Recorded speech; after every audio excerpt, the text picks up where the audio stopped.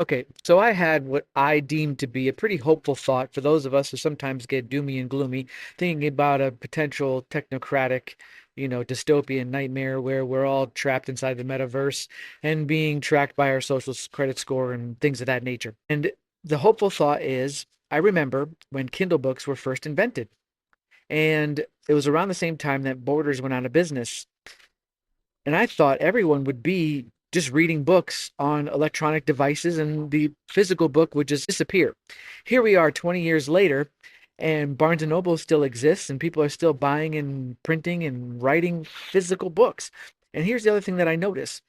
When I traveled, I loved the idea of having an entire library on a device because I was nomadic for 2 years and it just made it really convenient.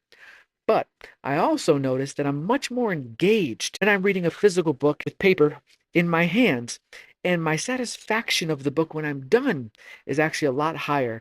And I've realized I'm not the only one feeling this way. And I think that's why physical books have stuck around, even though things like Kindles and audiobooks, which I also love, are, also possible. So just a hopeful thought.